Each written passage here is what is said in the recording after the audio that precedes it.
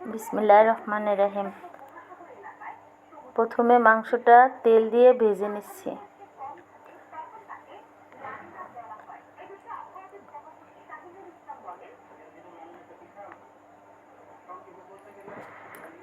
তারপর মশলা, মরিচ, রসুন, আদা, গরম মশলা পেস্ট করে দিলাম।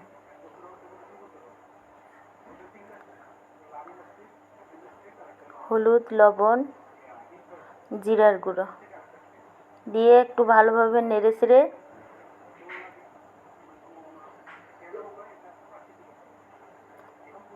ঢাকনা দিয়ে ঢেকে দিলাম। তারপর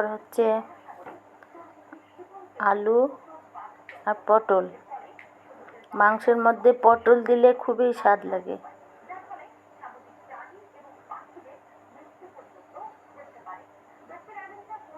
ক্যাপসিকাম,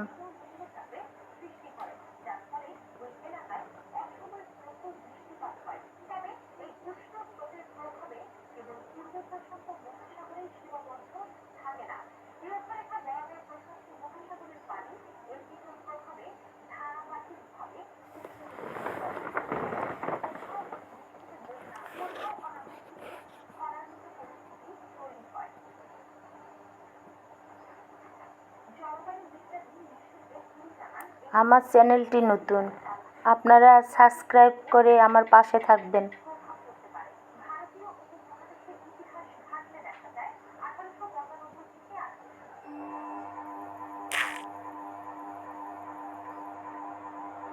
একটু পানি দিলাম।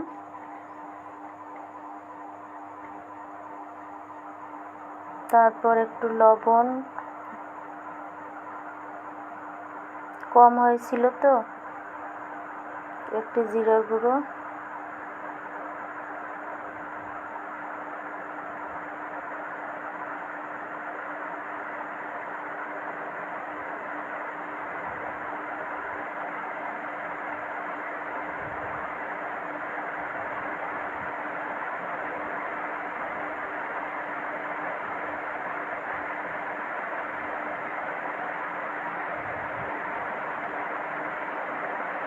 আবার একটু নেড়ে চেড়ে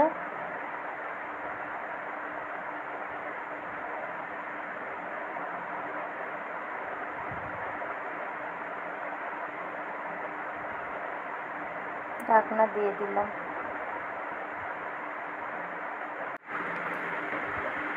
আপনারা আলু, পটল একসঙ্গে গরুর মাংস দিয়ে রান্না করবেন, খুবই ভালো লাগবে। Thank you.